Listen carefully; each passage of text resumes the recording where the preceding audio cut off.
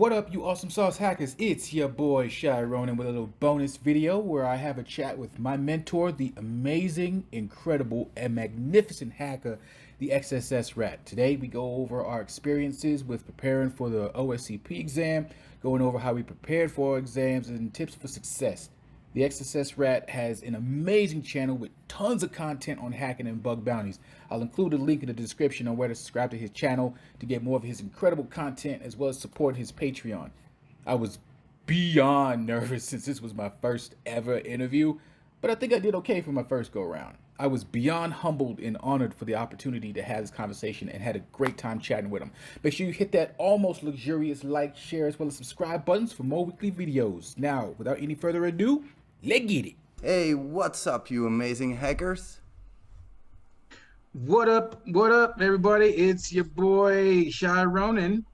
We are some hackers hanging out, talking about our weeks. How are you doing, Sharonan? I'm doing good. Kind of overworked myself a little bit. I was getting ready for like my OSCP exam, and then also like the videos that I wanted to go ahead and put out wound up being 2 weeks ahead because I did 3 machines instead of just my normal like 1 or 2. And feeling good.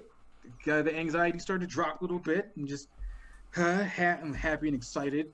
Didn't get to mess with anything that had sequel yet. I hate that. I treat that like it's an exorcism. I'm like, not today, Satan. You know?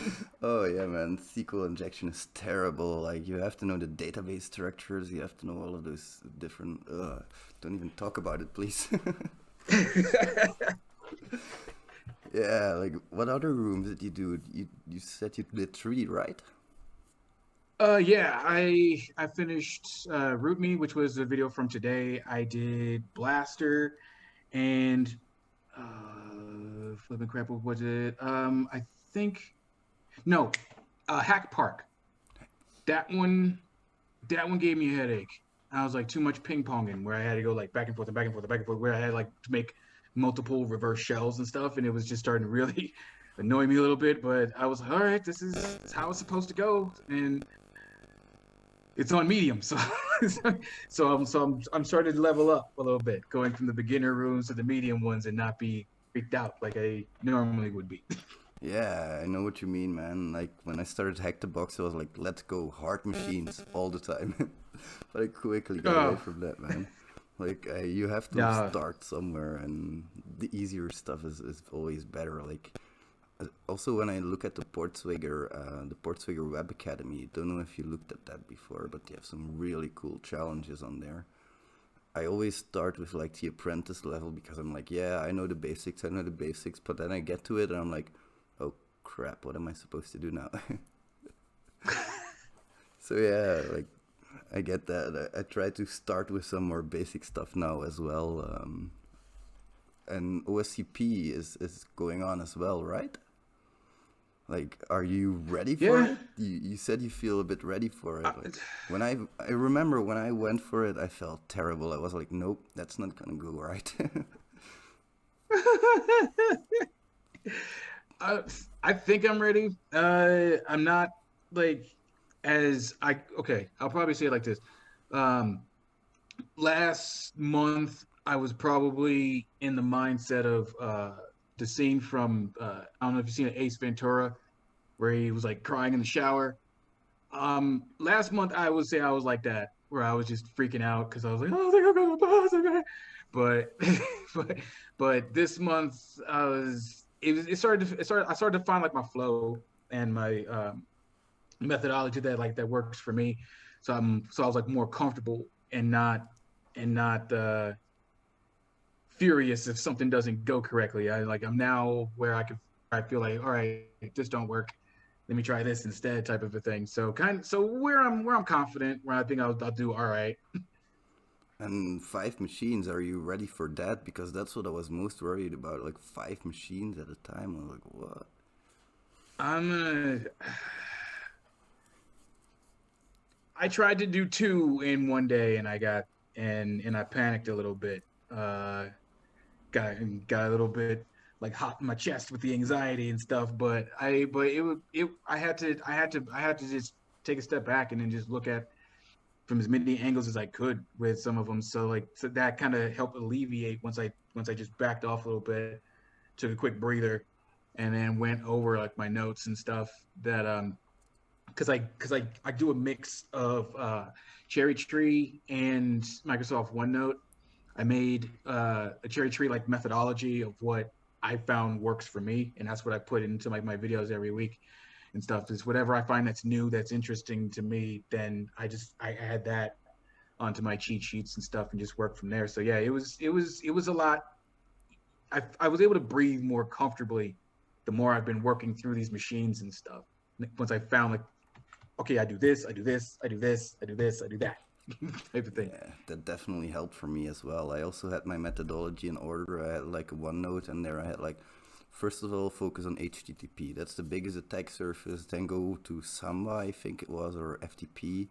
I move on down my list from there, and that helped me a lot, of course. But when I was on the exam, I remember distinctly that I didn't encounter anything that was useful to me from my own checklist. So I had to go through the course again, and I was like, "Oh crap, this isn't happening." I put so much time into my checklist, but then I was like, I took a break. I worked for 2 hours. I didn't find anything. I took a break then, and I was like, okay, take a step back, calm down, chill a little bit. And then it all came to me like, okay, you're using your own methodology wrong, you dingus. So that's why I was totally not following my own rules. When you're making your own methodology, you're setting up those rules for yourself. Like when you're testing HTTP, make sure that you look for vulnerable components, things that are on bugpog.com. No, bugpog.com. What's the name again of the website that hosts all of the? Oh, the exploit DB. Yeah, exploit.db. Right. Sorry, totally lost that name. That's So right. I I I was looking at these version numbers, and I was thinking, oh no, this is not vulnerable to myself. But that was the totally wrong mentality. Like I was assuming stuff about my target that I shouldn't be assuming, and my my coworker, somebody who I always looked up to from my previous company, he always said, if you assume, you make an ass out of you and me.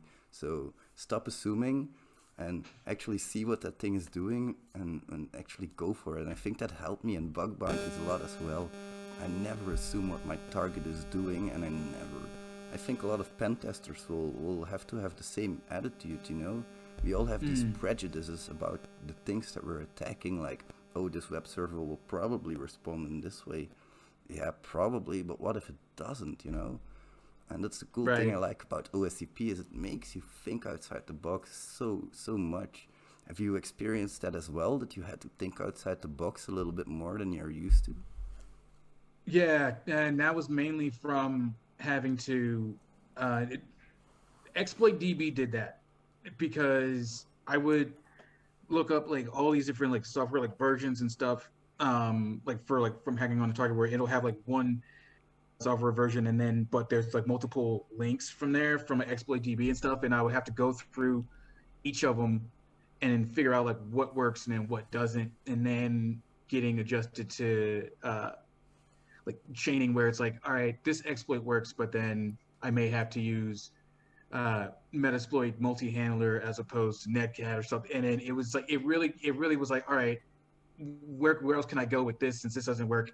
Or okay, this does work and I don't have right permissions on it, so how can I work past that? And it was really good. I think that like it really did get me into that process where like to not look at a target with only like one road, where kind of look at it like it's forked. There's more than one way to get to the destination. That's really cool. Like, talking about Metasploit, did you prepare a lot to use it? Because when went into my OSCP exam, I was like, okay, I'm going to keep Metasploit for last. I don't want to learn this yet. I'm going to use it as on every lab machine I know myself. But I totally forgot Mm-hmm. to learn it, so I didn't use it on the exam. Did you prepare a little bit with Metasploit? Yeah, I did, but I put more focus on not using it as opposed to using it. So I would, I would work more on like the hard part. I would know like what I would need in Metasploit, and I would keep that in like in my booty pocket, just like right here in the back, and then and I would go, okay, let me just do everything manually and see where I go from that. And then if that doesn't work, it was like fire extinguisher, like in, break open glass in case of emergency, use Metasploit and stuff. So that's kind of like where I just left it at.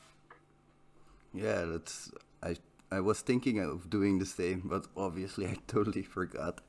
So don't make the same mistake as me. If you plan on learning something, actually do it.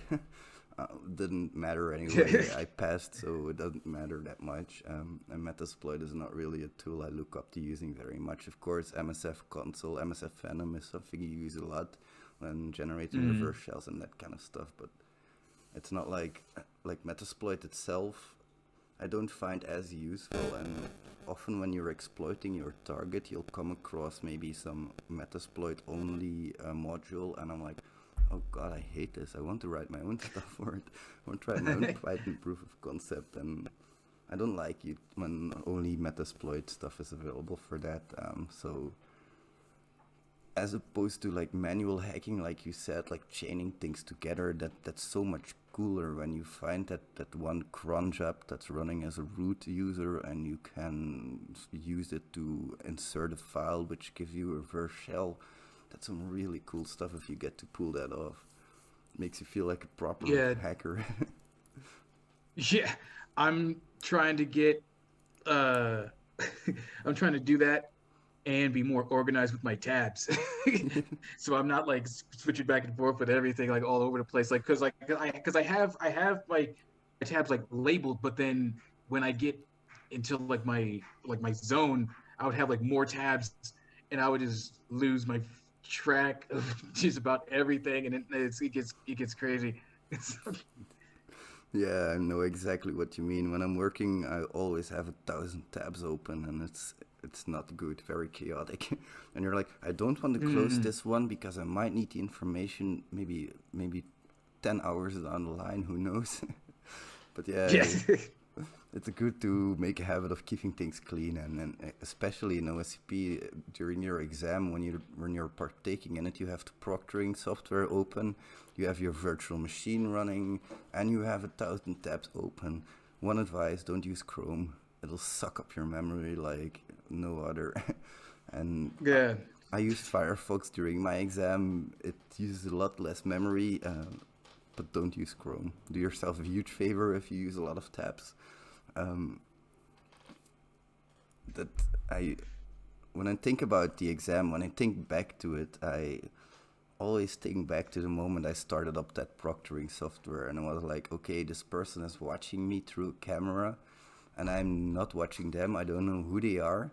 I don't know what they're looking for, and it was frightening and kind of messing me up in the beginning, But like after 10 minutes, that totally went away. That feeling, I didn't even know there was somebody in the room with me watching me do what I was doing. Of course, you have to, like, if you want to take a break, you have to warn them and give them like a little warning, hey, I'm taking a break. But that's it, you don't have to interact with them. Or if you have technical difficulties, they're not going to be able to do much. You're much better off sending off second email, but you might be able to do some simple stuff. So it was good to like do the exam and be able to fully focus on the machines I had in front of me. That was, for me, one of the hardest things was fighting my own feelings that day, fighting my own feelings of Mm. inadequacy coming across those machines and thinking, oh, I'm not finding anything after 2 hours. Why am I not finding anything? Am I not good enough?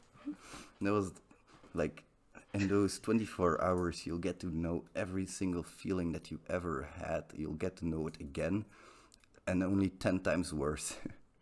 And that's like, I hope you can have a cool hat during that time. I think it will be okay because I know you a little bit. You're a chill guy, um, but I'm a stressed up person. Like, especially if things are not working out the way I expect them to, I get very annoyed and very pissed off, and that's something you should always try to avoid during that exam. Getting pissed off is one of the worst things you can ever do. Just try to keep calm as much as possible, and everything will be all right. Yeah, yeah, and that's where I'm at right now. I do like I am like prone to like to the anxiety and stuff like that, but yeah, it's just working on just like, meditation and just combing like my head and stuff like that, and I'll be all right. And then for like the proctoring, I wasn't aware that I don't even know if I say anything to them or if I just like load it up or what. But it should be no big deal. I mean, it's not like that. I'm an '80s baby. I was gonna make a '80s pop song reference to well, always feel like someone's watching me, but I'm like, yeah, I'll be like, I should be fine, and just let them know when I'm going to go on a rage break if ever I'm stuck on something. Yeah, make sure to take those rage breaks, you know. Make sure to clear your head as well. Don't think about hacking. Make sure to let that subconscious mind work a little bit and things will be alright. I'm sure of it. I'm sure that by next month we'll have a video from you saying, I got my OSCP certificate. But even if you don't, like, you know, Yeah, I'm hoping. like for me, the learning experience was the most important part from OSCP. That's what I went into. Mm-hmm. I wanted to get into hacking, and that's what I chose to get into the field. And I learned so much from it that even if I didn't pass, I was like, this made me a much stronger person in and of itself. Just going through this course, going through setting myself that strict regime of always exercising, always doing my coursework and that stuff. I wasn't that kind of person before I did OSCP. Before I did OSCP, I just free winged it because I never had any problems with any of the exams that I took. I just was like, oh Mm-hmm. yeah, I'll see what happens. I'll read my course once. But OSCP, you really have to study for it. It's not happening in and of itself. And that's a message I want to give everybody as well. If you are willing to put in the work, it's not impossible. It's not impossible at all. Mm-hmm. I mean, look at a freaking rat who got their OSCP exam. If a rat can do it, everybody can. Yeah, and I was born and raised in like the bad parts of Chicago, and then like moved out to where I'm at like right now, over in like Colorado and stuff. So yeah, it's like, and I've been a big techie since I was a kid. So yeah, it's possible. I definitely believe that anything is possible. Like at this point and stuff. But yeah, like even like either way, it's still like the exam is like an amazing experience and stuff, and something I'm not gonna like quit until I get it. That's where my mindset is like with that. Yeah, exactly. That's what my mindset was as well. I can always retake the exam. It's not that expensive. Let's just go. Mm-hmm. All right, man. I'm sorry I have to go so soon, but I have to get gas for my wife's car. I Oh, thank you sorry. That so was much cool. for your time, my friend. Do you have any more Thanks for having me. tips for anybody like who want to take their OSCP? Do you have any last tips for them? Definitely have a good methodology and a cheat sheet of the commands that work best for the output that you want to see. Definitely get adjusted to privilege escalation. The Tiberius and Cyber Mentor have like great lessons like on that, and that's where I picked up a lot of like my tips and built off of that. Yeah, those are like the main ones that I've noticed myself that have been like most beneficial. For me, I would say watch my videos, watch Chironan's videos, of course. That's going to be a lot of help. I'm sure that you'll make a lot of videos about that OSCP stuff like you've been doing, and it's really cool that you've been doing that. So thanks for that, everybody. If you want to learn more, go check out his channel. He has some really cool stuff on there.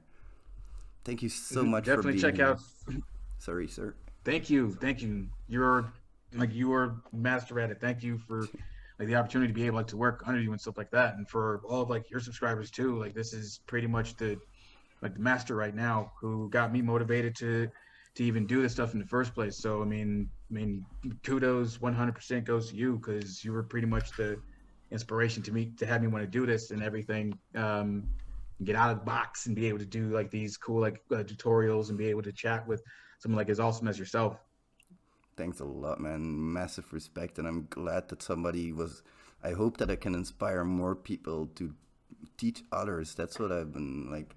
The fact that you've been doing that is admirable. Sacrificing your own time to teach others. And guys, don't think that we get a lot of money from YouTube for doing this. This is our free time. This is Yeah. nothing. So Mm-hmm. Thank you all so much for watching. I hope you had a great time, and I'll see you in the next one. Bye, everybody.